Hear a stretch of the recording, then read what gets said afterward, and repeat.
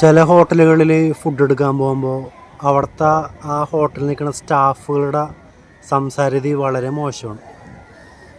ചിലപ്പോൾ ഫുഡ് എടുക്കാൻ ചെല്ലുമ്പോൾ ചിലപ്പോൾ റെഡി ആയിട്ടുണ്ടാവില്ല.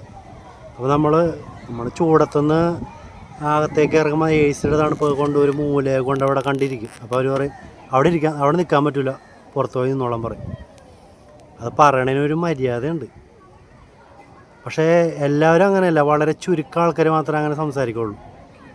എന്നാൽ ചിലപ്പോൾ ആ കസ്റ്റമറിനൊക്കെ ചിലപ്പോൾ അത് ഇഷ്ടപ്പെടാത്തത് കൊണ്ടായിരിക്കും അവരങ്ങനെ പറയുന്നത്. പക്ഷേ മര്യാദ രീതിയിൽ സംസാരിച്ചാൽ കുഴപ്പമില്ല.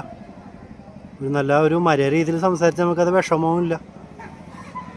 പിന്നെ ഇത് ഫുഡായിട്ട് നമ്മൾ ചില ഫ്ലാറ്റുകളിൽ ചെല്ലുമ്പോൾ അവിടുത്തെ സെക്യൂരിറ്റീസിൻ്റെ സംസാരം വളരെ മോശമാണ്.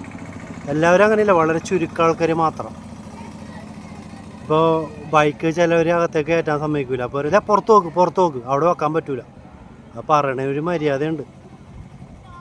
ഇപ്പോൾ ഏതാണ്ടും ഹോട്ടലിലൊക്കെ നമ്മൾ ചെല്ലുമ്പോൾ ഏതാണ്ടും പിച്ചക്കാരെ കയറി ചെല്ലുമ്പോൾ അവരോട് പറയില്ല, അതുമാതിരി സംസാരിക്കണവർ. സംസാരിക്കണതിനൊക്കെ ഒരു മര്യാദയുണ്ട്.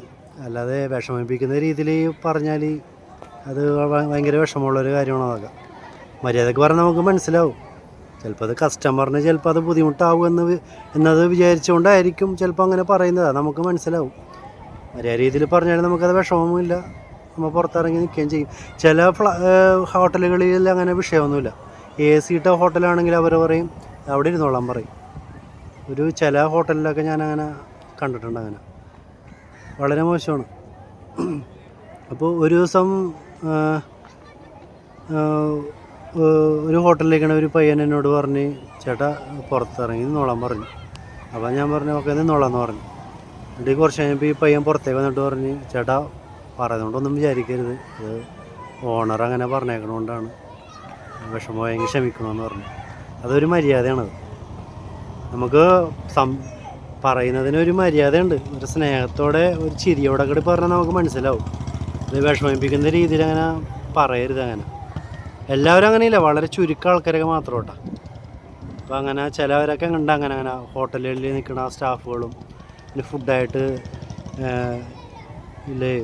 ഫ്ലാറ്റിലൊക്കെ ചെല്ലുന്ന സെക്യൂരിറ്റീസൊക്കെ അങ്ങനെയാണ്. ചിലവരൊക്കെ അങ്ങനെയാണ്. വിഷമം ഉണ്ടാക്കുന്ന കാര്യമാണ് അതൊക്കെ.